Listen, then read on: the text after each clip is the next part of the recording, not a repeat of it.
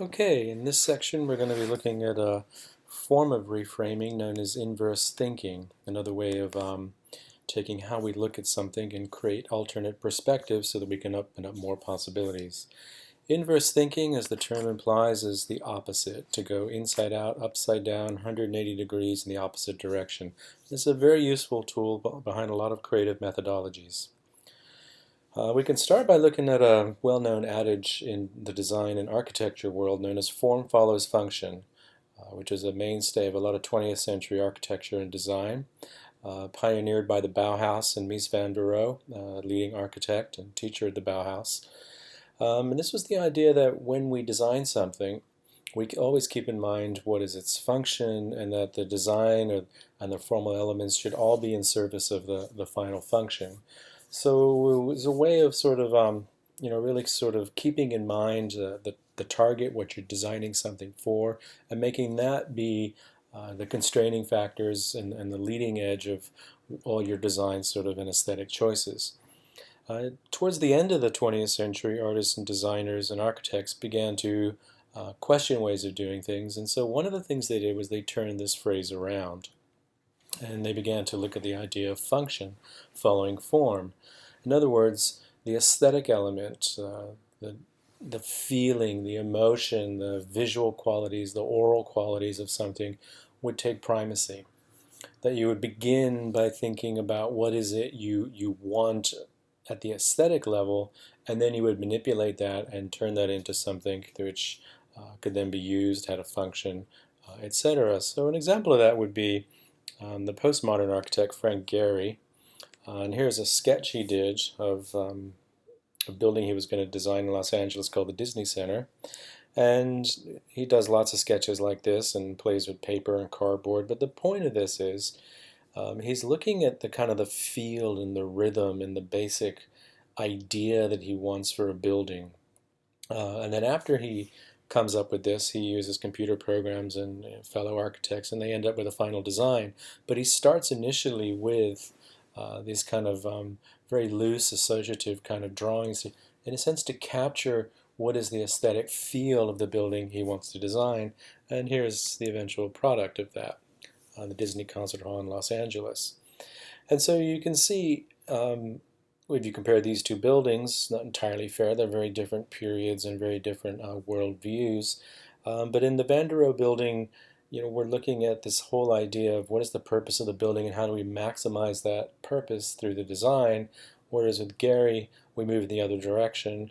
We say what is the aesthetic quality, the impact, the visuals, the spatial feeling we want, and then how do we accommodate the function that we want. And not in all cases that doesn't always work. A lot of contemporary postmodern buildings are criticized for the fact that they might look good, but they do lack in certain functional elements. But that's a discussion for another course and another time.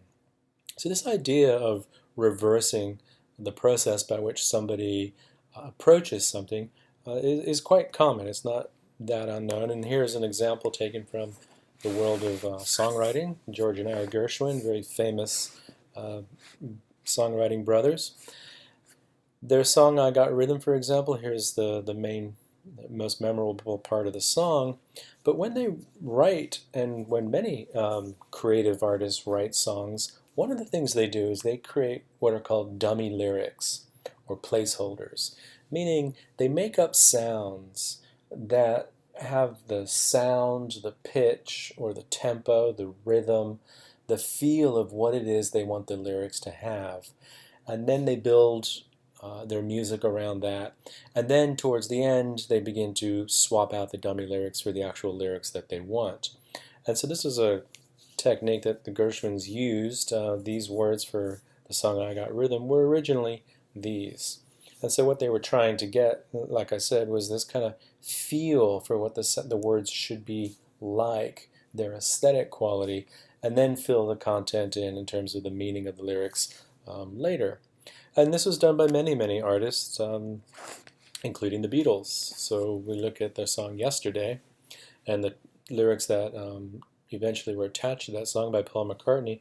They're not what McCartney started with. McCartney, again, like the Gershwins, used dummy lyrics, placeholders, to sort of create the feeling and then build his song and his chord progressions around it. And these are the lyrics that were the original lyrics to Yesterday. So this whole idea of reversing the process, of putting the aesthetics first and then squeezing it into a purpose or a function, allows for the possibility for people to not start with stereotypical ideas, not start in the same place everybody else starts, but to kind of go for something imaginative first, put the imagination in the front, and then load on the functional aspects later. And this has been experimentally and proven through lots of research involving what are known as Fink's innovation shapes. There's a lot of history and a lot of different research projects around designed around this, but I'll just simplify it for you. So in one experiment, design students were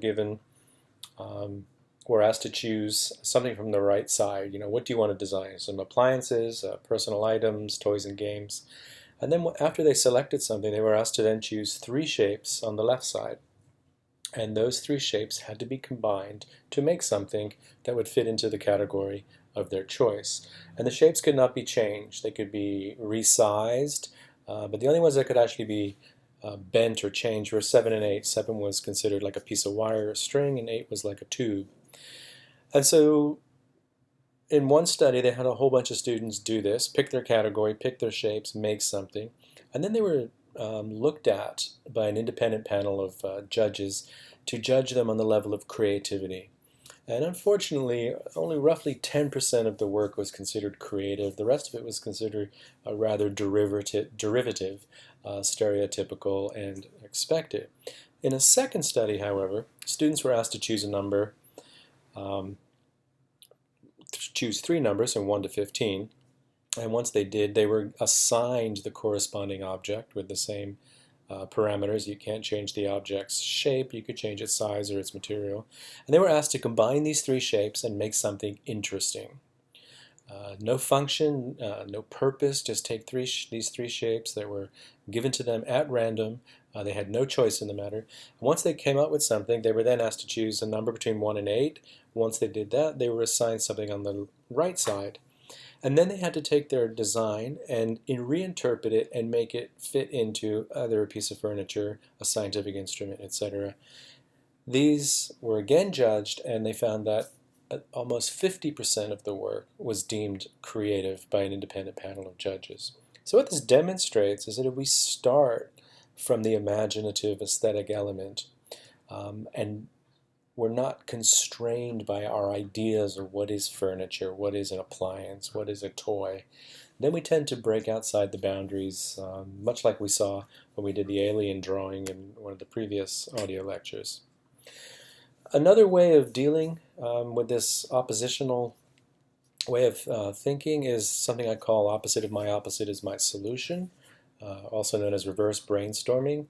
And it's derived rather dubiously from the expression, the enemy of my enemy is my friend. So this is the idea of if you want to get something, you can get it by having 2 negatives. 2 negatives equaling a positive, and in this case 2 wrongs do make a right. So for example, I'll show you what I mean. Let's say we wanted to improve education. How would we do that? Well, we can come up with lots of ideas, and people have, and there's lots of typical and same ideas that come up again and again and again. But if we were to ask somebody, how can we make education worse? In other words, go to the opposite of what you're trying to do. People find this a lot easier. So in terms of brainstorming, how do you make something, innovate, get creative? It has, it can work. But if you ask people how to ruin something, it's almost impossible to get them to shut up. So they come up with lots of ideas. So these are some of the answers that I've come up with some student comments in the past. How do you make education worse? More homework, more reading, sort of the typical things that students don't like to do. And then you take every single one of these and you just turn it exactly into its opposite. Instead of more homework, less homework. Instead of boring classrooms, exciting, dynamic classrooms. And what stood out for me when I have done this in the past with students is how much emphasis students actually put on the physical environment, the classroom structure, the color of the walls, the windows, the natural plants and stuff inside. This is something that comes up much more when you talk to students about their education than I found, at least, in talking to other educators. And so you begin to get a slightly different perspective depending on who you ask. But when you get something like this, you'll start to see patterns, and then every once in a while something might pop out that you can use. And so, for example, if we look down here, too many different classes. One comment students make is, they're always going to different classes and they're having to shift mental gears from calculus in the morning to, European history to art or whatever. And so if we wrote down too many classes, the simple opposite would be less classes. Now you might think to yourself, well, how do you run an educational institution if you don't offer the amount of classes that students are required to take? Well, that's a fair criticism. But with a little bit of creative thinking, we can have our cake and eat it too.